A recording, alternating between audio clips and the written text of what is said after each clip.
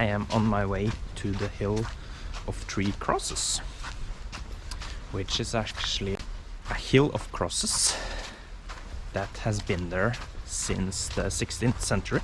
So my first impression of Vilnius in Lithuania is that I like it generally. I don't say this always, because for instance I was in Riga as well, but I wasn't super fan of Riga.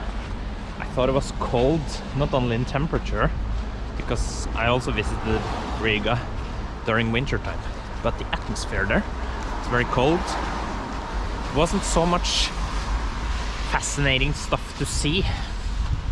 Here you have, like, I've been so occupied the whole time until now just to see one village, basically Užupis, and that in itself is just so fascinating.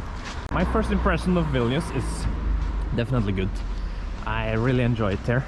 On top of the hill there is a castle, which there are a lot of.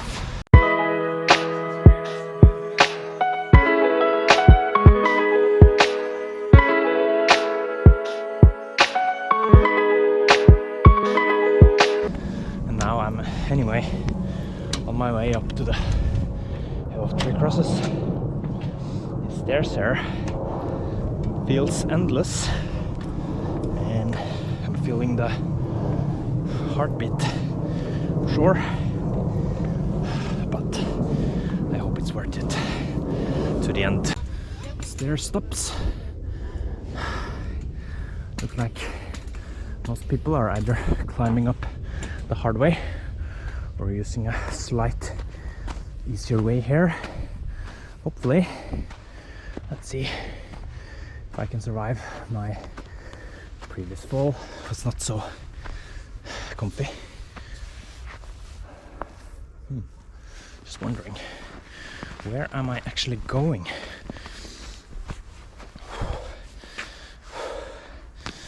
Okay, let's see if I can.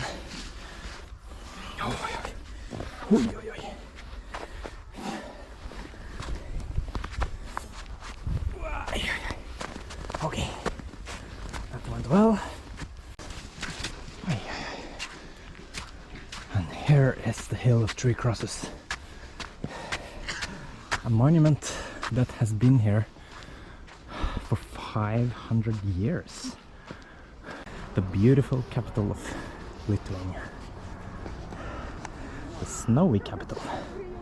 It snows on every rooftops here. See the old town of Vilnius, which looks quite beautiful. And there, over there, you see the self-declared independent Republic of Užupis, the place we just visited earlier. And over here, if you can see far in the distance there is a famous Orthodox cathedral, which are spread everywhere in ex-Soviet countries dominated by Christianity. And of course, here you got the Three Crosses. So, as I said earlier, Lithuania is the home of crosses. They basically have a hill with 100,000 crosses in the outskirts of Vilnius, quite far away from Vilnius actually. It's not in the outskirts, it's quite far away. So if you're interested in crosses, Lithuania is the country of crosses, basically. So I just came down from the Hill of Three Crosses, and I'm going to the economical area in Vilnius. And then I stumbled across this lake here, where you basically can see the snow, the ice and the snow just floating along the river.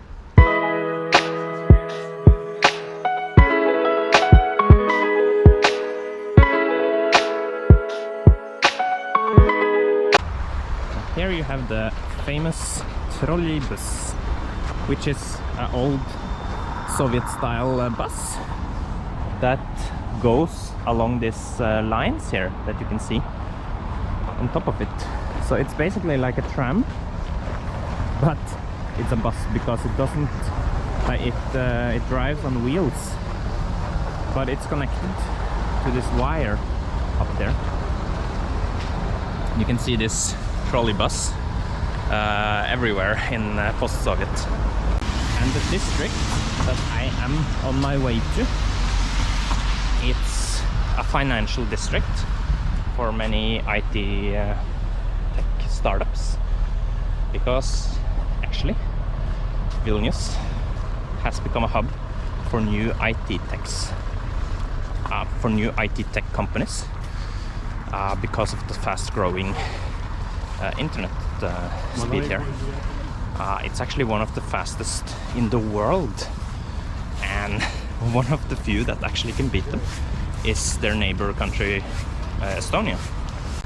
So this city, I mean this area inside the city that I'm heading to, it's a new tech hub for new startups that are trying to settle down in Vilnius. Welcome to Snipiskis, the modern financial district in Lithuania, or in Vilnius, more precisely. Snipiskis used to be a dodgy area before. Now it's home to one of the biggest startups related to IT in the world, and it has become a hub because the world have finally recognized Vilnius, or Lithuania, sorry, to be a very fast-growing economy.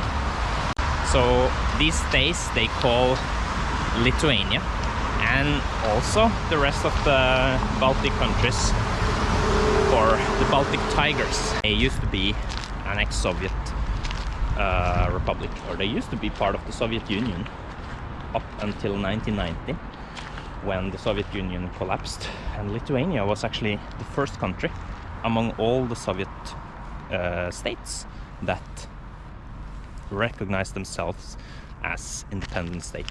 Now they are a completely independent nation. They joined the EU and NATO, the military alliance, in 2004, and they have collaborated very closely with both these two organizations. So, of course, things have changed drastically in Lithuania the last 30 years, which is both good and bad. I mean, they joined the EU, they adapted the euro as their currency. Things became much more expensive, and it led to a high inflation as well. But at the same time, it's a long-term investment that will stabilize eventually, as long as the European Union also will also stay alive. So actually, a few years ago, the Lithuanian government made a campaign that were supposed to reach the world, and it reached the world actually. It was brought up in the news in US. They called Vilnius the G-spot of Europe. No, the G-spot of the world actually.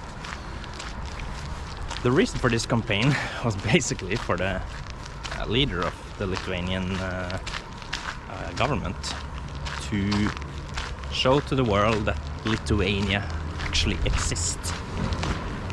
The language of Lithuania is actually one of the oldest languages in the world, and it's the one that most closely relates to Sanskrit.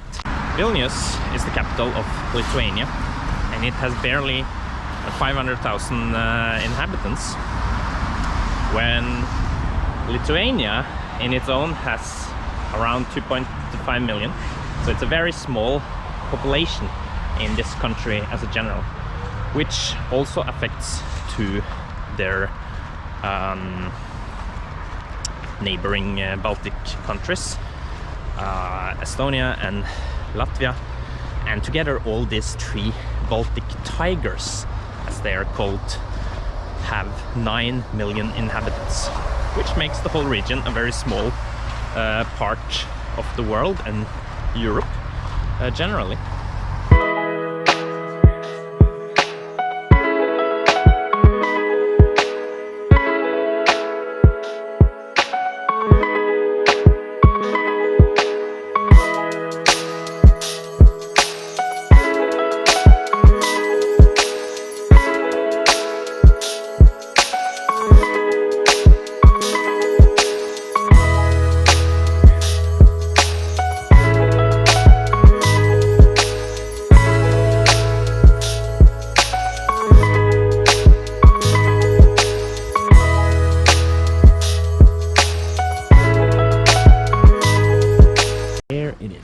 Georgian house. And I finally got the Georgian salad, which is gonna be my starter. And this salad here, I've tried this before.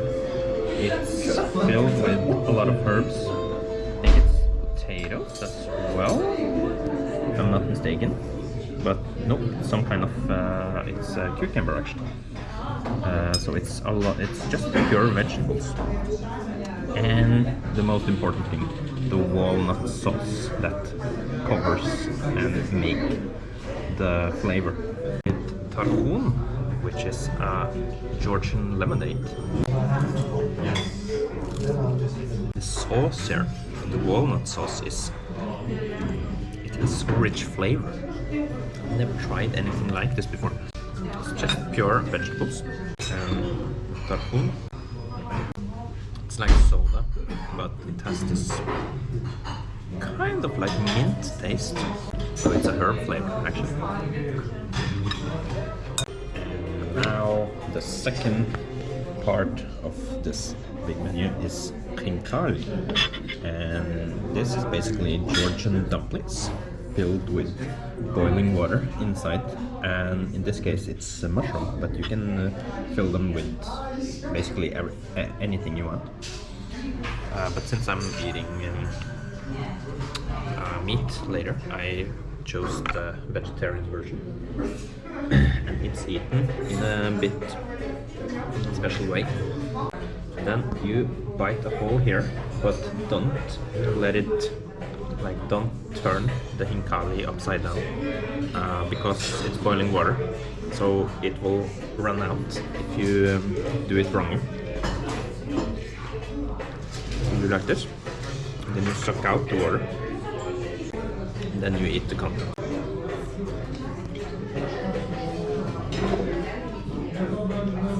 Which was very, very delicious as expected. Oh my gosh, this mushroom here is very well boiled. And then the main and final dish, shashlik, with pork and beef inside here, and you have pure vegetables for the rest.